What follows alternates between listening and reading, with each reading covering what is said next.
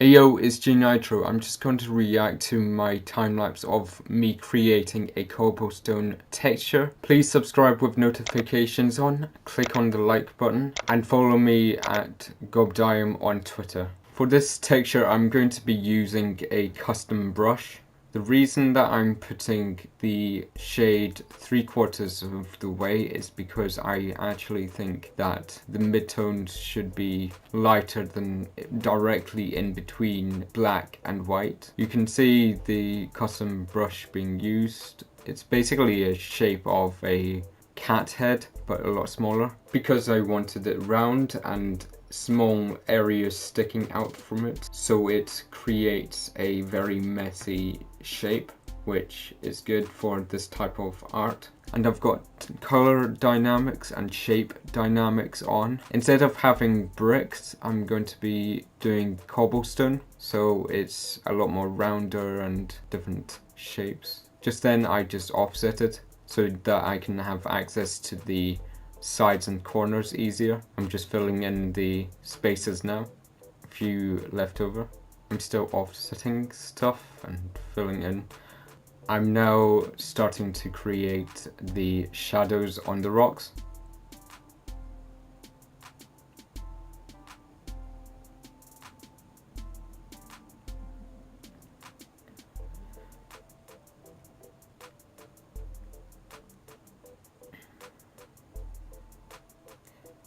When initially doing the shadows on the rocks, I actually forgot to do the highlights and pin light on the rocks also, which actually screwed me over. You would see this in a second. I just completely missed that step out for some reason.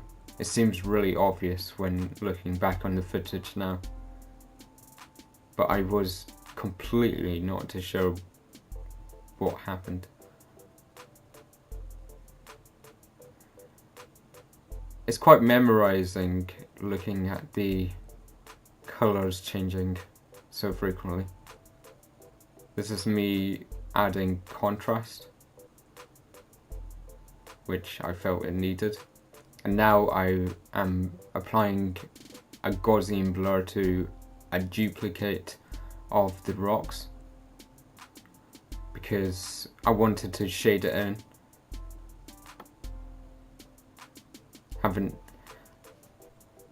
I wanted to blur the darkest to the lightest parts of the rocks, but me being an idiot, I actually forgot to add in the lighter parts, and this is what screwed me over. For some reason there's a glitch where it actually adds light to the edges of the dollops of paint. It's not actual paint, it's digital, but you get what I mean. Like there's little dots, little white dots to the side of it. I'm changing the colors of the rocks, which I don't actually know why, because later on I should actually using the gradient effect.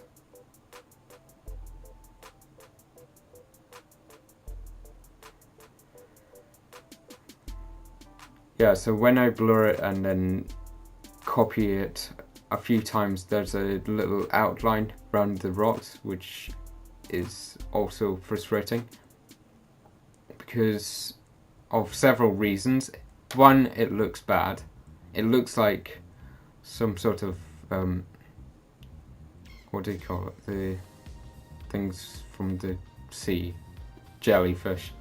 They look like jellyfish for some reason. And the other reason that is bad is because it actually combines the rocks together, which I don't want. I want to have them all to be separate entities. I offsetted it, and for some reason it really screwed me over because essentially it creates a solid line between dark and light, when I wasn't actually expecting it to be that bad of solid line. So I spent quite a lot of time trying to copy areas over and then blurring it and then erasing this other glitch thing which creates a white outline. For some reason that rock there was actually facing the wrong way. I don't know what happened there.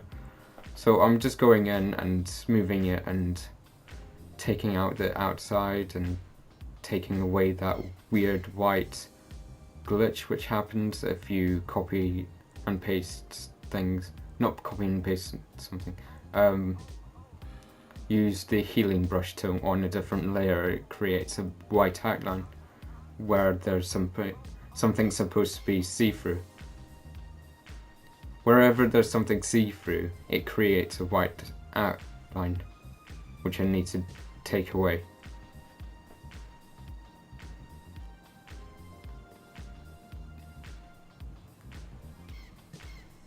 I'm adding the paint, the oil paint effect tool, and then I noticed that a few rocks were combining together. So I went back and forth a few times, and now I'm going into the extended effects tab, which I'm actually adding cracks to the rocks, which is actually a really cool effect, which you can apply very easily, and it makes the rocks so much more realistic in my opinion. I'm going back and forth between the oil paint effect, and now I am adding burn to the rocks because they weren't actually darker around the shadows. It's starting to look a lot better than before, but I do think that I could have cut down my time creating this texture easily if I knew every single step which I need to do and not repeating steps. Now I'm creating the dirt. For some reason the color dynamics wasn't really working as I thought it would be. I thought it would be turning brown, so I actually found the slider which correctly makes it brown rather than a really weird desaturated brown. I'm applying the oil paint effect to it, and I'm coloring it for some reason when I should actually do the gradient color instead first.